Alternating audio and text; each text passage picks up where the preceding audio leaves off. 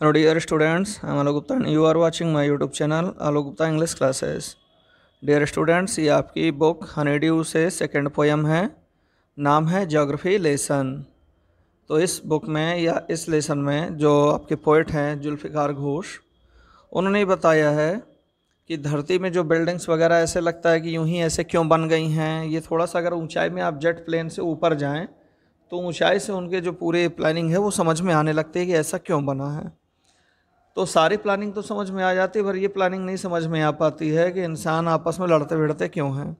देखिए क्या लिखा, can you imagine what your city would look like if you side from 10,000 feet above the ground. Can you imagine, क्या आप कल्पना कर सकते हैं, what your city would look, कि आपका शहर कैसा दिखेगा, इफ़ यू शाइट, यदि आपने देखा होता इसे कैसे, from 10,000 feet above the ground, ज़मीन से 10,000 फीट की ऊंचाई पर जाकर अगर आप शहर को देखें तो वो कैसा लगेगा। Neatly planned and perfect in proportion like a geometric design, तो आपको ऐसा लगेगा ऊंचाई से कि बिल्कुल उसके सही सारे अनुपात परफेक्ट हैं, और जैसे कोई जियोमेट्रिक डिज़ाइन यानी जियोमेट्रिकल डिज़ाइन हो उस तरह परफेक्ट लगेगा। It would strike you as something very different from what it actually is while you are in the thick of it would strike you as something very different, यह आपको कुछ एकदम ही different लगेगा, बिल्कुल अलग ही लगेगा। कैसे, from what it actually is while you are in the thick of it, जब आप इसके बीच में होते हैं, ज़मीन में होते हैं, तो जैसा दिखता है वैसा बिल्कुल भी नहीं दिखेगा, ऊंचाई से एकदम डिफरेंट दिखेगा। Here is a poets description of just such a view of the city, तो कवि ने इतनी ऊंचाई पर जाकर देखा होगा तो उसके व्यूज़ कैसे हैं इस ऊंचाई से शहर के बारे में, वो आपके बारे में एक वर्णन किया गया आपके सामने। And some questions that come to his mind, और कुछ क्वेश्चंस हैं जो उसके माइंड में आते हैं, मन में आते हैं। चलिए पोएम स्टार्ट करते हैं।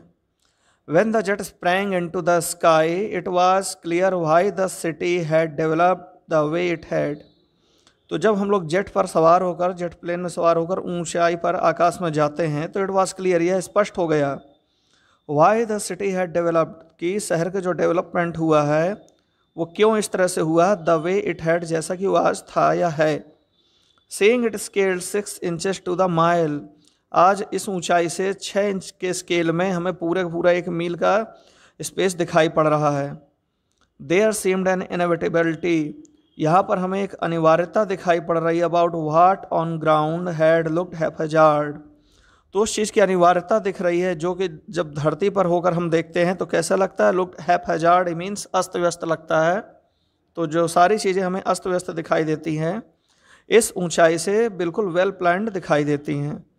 और धरती से कैसे दिखा था, हैप्पीजार्ड, अनप्लान्ड एंड विदाउट स्टाइल, लगता है कि बिल्कुल अस्त व्यस्त तरीके से बनाया गया, बिना किसी शैली के बनाया गया है। When the jet sprang into the sky, लेकिन जब जेट आकाश में लेकर हमें जाता है तो ऊंचाई से सारी चीज़ें बहुत ही सुंदर नज़र आती हैं। चलिए नेक्स्ट स्टेंजा में आते हैं।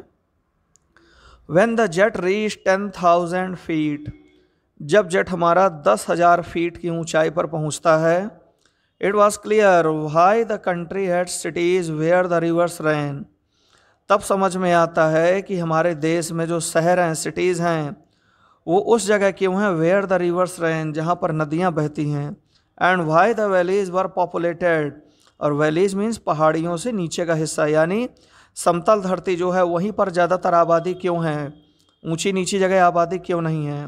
द लॉजिक ऑफ जियोग्राफी, तो यहाँ पर हमें जियोग्राफी का एक लॉजिक, एक तर्क समझ में आता है। That land and water attracted man, कि धरती से मीन है यहाँ पर समतल धरती, एंड वाटर जल, इसने मनुष्यों को हमेशा से आकर्षित किया। वाज क्लियरली डेलिनिएटेड, ये चीज़ एकदम स्पष्ट रूप से हमें दिखाई पड़ती है, डेलिनिएटेड मीन स्पष्ट रूप से दिखाई देती है। When the jet reach 10,000 feet, जब जेट 10,000 फीट की ऊंचाई पर पहुंचता है, तो when the jet rose 6 miles high, अब जबकि जेट की ऊंचाई 6 मील की ऊंचाई तक हो जाती है धरती से, it was clear the earth was round, तो यह चीज़ भी स्पष्ट हो जाती है कि धरती गोलाकार है। And that it had more sea than land, और ये बात भी दिखाई पड़ने लगती है कि इस धरती में समुद्र का क्षेत्रफल ज़्यादा है बजाय ज़मीन के, यानी ज़मीन कम है समुद्र ज़्यादा है। But it was difficult to understand that the man on the earth found causes to hate each other. लेकिन ये समझ पाना फिर भी कठिन होता है, difficult to understand that man on the earth, की धरती पर निवास कर रहे जो इंसान हैं, found causes to hate each other, की एक दूसरे से नफरत करने के कारण कहाँ से ढूंढ लेते हैं ये लोग। To build walls across cities and to kill, आपस में अपनी सीमाएं बना लेते हैं, एक बंटवारा कर लेते हैं, शहर बांट लेते हैं, देश बांट लेते हैं। तो ये इसके लिए नफरत करने के लिए उन्हें कारण कहाँ से मिलता है और एक दूसरे की हत्या करने के लिए कारण कहाँ से मिलता है, ये नहीं समझ में आता इस ऊंचाई से भी। From that height it was not clear भाई, इस ऊंचाई से सारे जोग्राफिकल स्ट्रक्चर तो क्लियर हो गए, लेकिन मनुष्यों में आपस में घृणा कहाँ से उत्पन्न होती है ये चीज़ क्लियर नहीं होती है। तो ये पोएम है जुल्फ़िकार घोष के द्वारा लिखी गई है, कंपोज की उन्होंने। यहाँ पर ग्लॉसरी में 2-3 वर्ड्स दिए गए, इनको समझ लें। इनएविटेबल मीन होगा अनिवार्य, हैफजार्ड मीन जो अस्त व्यस्त हो, जिसकी कोई प्लानिंग ना की गई हो, और डेलिनिएटेड मीन्स क्लियरली जो दिखाए गए हो। तो यहाँ पर आपकी पोएम कंप्लीट होती है डियर स्टूडेंट्स। चलिए हम लोग मिलते हैं नेक्स्ट वीडियो में।